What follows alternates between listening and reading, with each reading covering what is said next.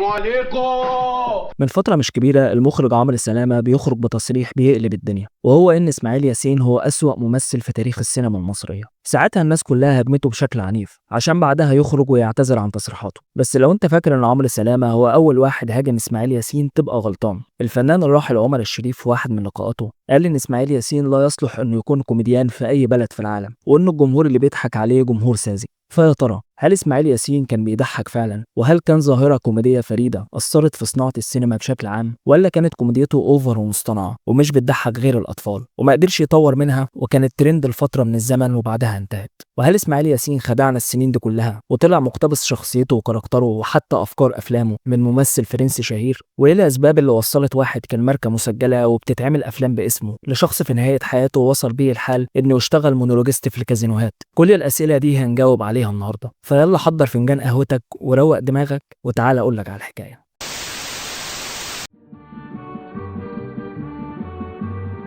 قبل ما نحلل كوميديا إسماعيل ياسين لازم نحط قاعدة إن الضحك مش ثابت، والكوميديا متغيرة بتغير الأجيال والعوامل والتطورات. يعني اللي كان بيضحك الجمهور زمان مش لازم يضحك الأجيال الجديدة. تسارع الزمن والتطور التكنولوجي الرهيب أجبر الحياة إنه يبقى رتمها سريع. زمان كان الجمهور ممكن يقعد ساعتين عادي يسمع أغنية لأم كلثوم من غير ملل، إنما دلوقتي تحس إن الأجيال الجديدة خلقها بقى ضيق، عايزة كل حاجة تيك أواي، الأفلام، الأغاني، وحتى الضحك. ومن هنا جت فكرة الميمز، بصورة واحدة أو بوست أو فيديو صغير ممكن تضحكني عادي جدا. لو جينا بقى لإسماعيل ياسين فاحنا النهارده مش جايين نناقش مسيرته اللي مش محتاجة أصلا نقاش. الراجل عمل تاريخ في السينما لا ينكره إلا جاحد، لكن احنا جايين نناقش نوع الكوميديا اللي كان بيقدمها، وهل كانت تصلح لزمانها فقط ولا تصلح لكل الأجيال. قبل ما نجاوب على السؤال ده لازم نعرف الخلفية اللي جه منها إسماعيل ياسين. سمع بدأ حياته الفنية كمونولوجيست في فرقة بديعة مصابني، والمونولوجيست ده هو الستاند اب كوميدي بتاع زمان. يعني الراجل أصلا كانت شغلانته من الأول إنه يقول نكت ويضحك الناس. إسماعيل ياسين بدأ مشواره في السينما في بداية الأربعينات بأدوار بسيطة، وكانت موهبته بتستوي على نار هادية لحد ما بنيجي لأوائل الخمسينات،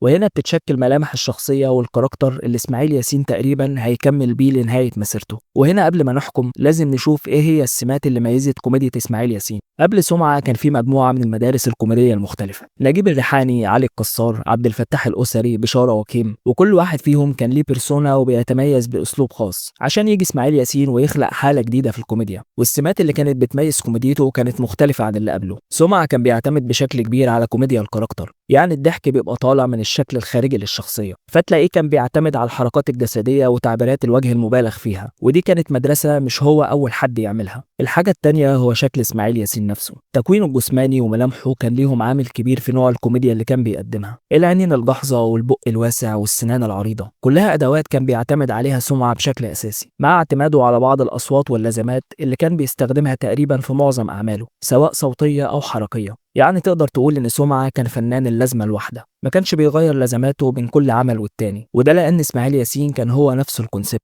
يعني الجمهور داخل السينما ومش فارق معاه لا قصة الفيلم أو القضية اللي بيناقشها، هو داخل عشان يتفرج على إسماعيل ياسين وطريقته وحركاته في الكوميديا. كمان إسماعيل ياسين كان بيوظف كوميديته المعتمدة على الكاركتر ويدمجها بكوميديا الموقف في أفلامه، فتلاقيه دايما في معظم أدواره بيجسد الشخص الغلبان أو الساذج، واللي بيتحط في مواقف معينة بيتعامل معاها بسذاجته، فبالتالي بتتولد مواقف كوميدية أكتر. كمان الخلفية المسرحية والمونولوجية كان ليها تأثير واضح على كوميديا سمعة، فهتلاقي مشاهد كتير في أفلامه ومشاهد مسرحية بحتة من حيث الحركة والإلقاء، وده لأنه في الأصل كان عنده أشهر فرقة مسرح في مصر وقتها، وكان بيشتغل معاه فيها معظم النجوم الكبار. كمان كتير من إفيهاته هتلاقيه بيقولها بطريقة المونولوج، لأن دي الشغلانة اللي سمعة أصلا اتعرف من خلالها واللي أظهر بيها موهبته، ولأن أصلا اللي كان بيكتب له معظم أعماله هو رفيق دربه أبو السعود الإبياري، اللي كتب له معظم مونولوجاته وتقريبا كل مسرحياته. ويمكن دي من أكتر الحاجات اللي ساهمت في نزول كيرف مسيرته فيما بعد، لأنه ما كانش بيتعامل مع مدارس مختلفة. حتى في الإخراج هتلاقيه بيقعد فترة يشتغل مع مخرج واحد ويعمل معاه مجموعة أفلام، وأبرزهم فطين عبد الوهاب اللي أخرج له لوحده 16 فيلم. ويمكن عدم التنوع ده هو اللي خلى الناس مع مرور الوقت يملوا من كوميديا إسماعيل ياسين، اللي هو خلاص بقى عايزين نشوف جديد. يعني باختصار إسماعيل ياسين نفسه كان هو النكتة، انت بتضحك على حركاته ولازماته، هو بتضحك على تصرفاته وردود أفعاله في المواقف اللي بيتحط فيها. الجمهور كان منبهر بالشخصية دي جدا وقتها وكانت فعلا ظاهرة، ولكن هل الشخصية دي فعلا كانت من إبداع إسماعيل ياسين؟ هنا نيجي للسؤال التاني: في فترة الثلاثينات بيظهر فنان فرنسي اسمه فرنانديل، وفي وقت بسيط بينجح فرنانديل انه يتربع على عرش الكوميديا في السينما الفرنسية، وده لانه كان ليه اسلوب مميز في الكوميديا، كان بيعتمد على تعبيرات وجه وحركات جسدية معينة مع امتلاك ملامح مختلفة ساعدته على ده. وكمان كانت معظم أدواره بيقدم فيها الشخص البسيط اللي بيسخر من نفسه. وفي سنة 54 الجمهور في مصر بيتعرف على فرنانديل من خلال فيلم علي بابا والأربعين حرامي، واللي اشتركت معاه فيه الفنانة سامية جمال. ومن هنا بدأ الجمهور يلاحظ التطابق العجيب اللي ما بين فرنانديل وإسماعيل ياسين، مش بس في الشكل، لا وكمان في الأسلوب والحركات واللزمات، وحتى تقديم الأغاني المونولوجية الخفيفة في أفلامه زي ما سمعة كان بيعمل بالظبط. ده غير إن سمعة كمان اقتبس من فرنانديل كتير من أفكار أفلامه. وهنا اكتشف الجمهور إن الكاركتر بتاع إسماعيل ياسين ما كانش جديد أو من اختراعه. بس هل دي كانت حاجة تقلل من موهبة سمعة أو إسهاماته في الكوميديا؟ بالعكس، مبدأ الاقتباس نفسه مش غلط، المهم إن احنا نحط لمستنا للحاجة. وبرغم كل ده إسماعيل ياسين قدر يكون قاعدة جماهيرية وشعبية كبيرة، وقدر بشخصيته الفكاهية البسيطة يدخل كل بيت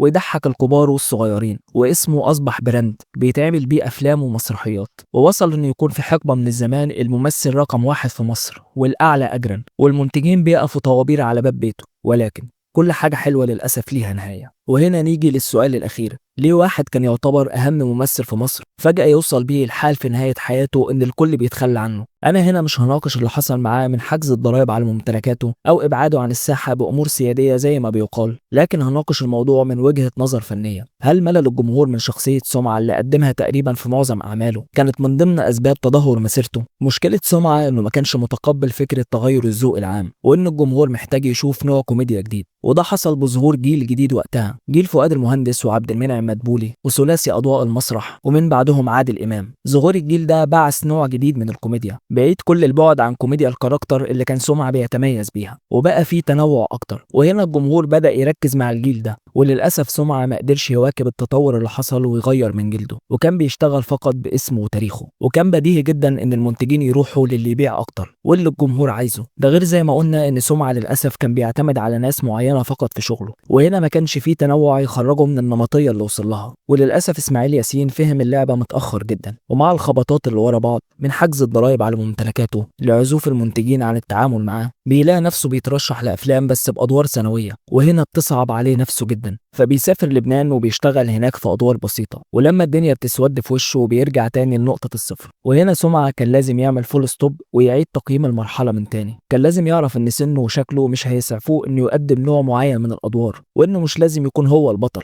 لو جيت قارنت إسماعيل ياسين بنجم زي عادل إمام فهتلاقي إن الزعيم تقريبا عاش نفس الظروف دي في نهاية التسعينات مع ظهور جيل جديد من الشباب. لكن اللي بيميز عادل إمام هو ذكائه وتكيفه مع كل مرحلة. لما حس إن البساط ابتدى يتسحب من تحت رجليه بدأ يغير من جلده ويقدم أفلام شبابية بس كان بيمثل فيها دور الأب، دور يناسب مرحلته العمرية. عشان كده قدر يحتفظ بمكانته على الساحة ويناطح الجيل الجديد. إنما سمعة ما كانش متقبل ده، هو شايف نفسه في زوم معينة وكان رافض يخرج منها. وهنا واحد يقول لي أيوة، يعني بعد كل الرغي ده هو بيضحك ولا لأ؟ الحقيقة لو قلت إن إسماعيل ياسين مش بيضحك أبقى جاحد، لأن الراجل ده أكيد رسم الضحكة في يوم من الأيام على وشوشنا. بس أنا هجاوبك بطريقة مختلفة. إسماعيل ياسين ما كانش كوميديان، إسماعيل ياسين كان مرحلة أثرت بشكل كبير في تاريخ الكوميديا المصرية وسابت بصمة. إسماعيل ياسين كان ملهم لناس كتير جم بعده. مش لازم تحبه ومش لازم يضحكك، بس لازم تحترمه وتديله حقه، لأن لولا اللي جم بعده ما كانوش هيوصلوا للي هم وصلوا له. تقدر تقول إنه كان علامة فارقة، حجر أساس، أرضية اتبنى عليها جيل جديد في الكوميديا. يعني الخلاصة إننا ما ينفعش نبخس حق الراجل ده في إنه كان شايل السينما على كتافه في فترة من الفترات،